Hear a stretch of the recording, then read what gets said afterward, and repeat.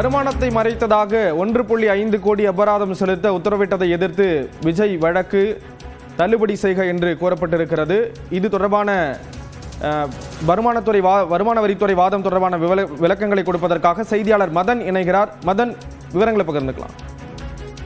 ஸ்ரீராம், கடந்த 2016-17 ஆண்டு நிதியாண்டிற்கான வருமான வரி கணக்கை நடிகர் விஜய் தாக்கல் செய்த போது அந்த ஆண்டிற்கான வருமானமாக சுமார் 36 கோடி ரூபாய் பெற்றதாக குறிப்பிட்டிருந்தார். ஆனால் அந்த ஆண்டுக்கான மதிப்பீட்டு நடவடிக்கை மேற்கொண்ட வருமான வரித்துறை நடிகர் விஜய் வீட்டில் கடந்த 2015 ஆண்டு சோதனை நடத்தினார்கள். அப்போது அங்கு கைப்பற்றப்பட்ட அந்த ஆவணங்களுடன் ஒப்பிட்டு பார்த்தபோது புலி படத்திற்கு பெற்ற 15 கோடி ரூபாய் வருமானத்தில் கணக்கில் காட்டவில்லை என்று கண்டறியப்பட்டது. எனவே வருமானத்தை மறைத்ததற்கான அதுக்கான 1,50,00,000 ரூபாய் அபராதம் விதித்து கடந்த 2022 ஆண்டு ஜூன் மாதம் வருமான வரித்துறை ஒரு உத்தரவு பிறப்பித்தது. தனக்கு அபராதம் விதிக்கப்பட்ட உத்தரவை எதிர்த்து நடிகர் விஜய் சென்னை உயர்நீதிமன்றத்தில் வழக்கும் தொடர்ந்தார். இந்த வழக்கை விசாரித்த உயர்நீதிமன்றம் வருமான வரித்துறை உத்தரவுக்கு ஒரு இடைக்கால தடை விதித்து ஏற்கனவே உத்தரவு பிறப்பித்தது. இந்த நிலையில்தான் விஜய் தாக்கல் செய்திருந்த அந்த வழக்கு இன்று நீதிபதி சரவணன் முன்பு விசாரணைக்கு வந்தது.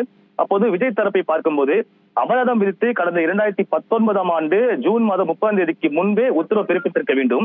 ஆனால் காலதாமதமாக இந்த உத்தரவு பிறப்பிக்கப்படுவதால் அதனை ரத்து செய்ய வேண்டும் என்று ஒரு வாதம் எடுத்து வைக்கப்பட்டது.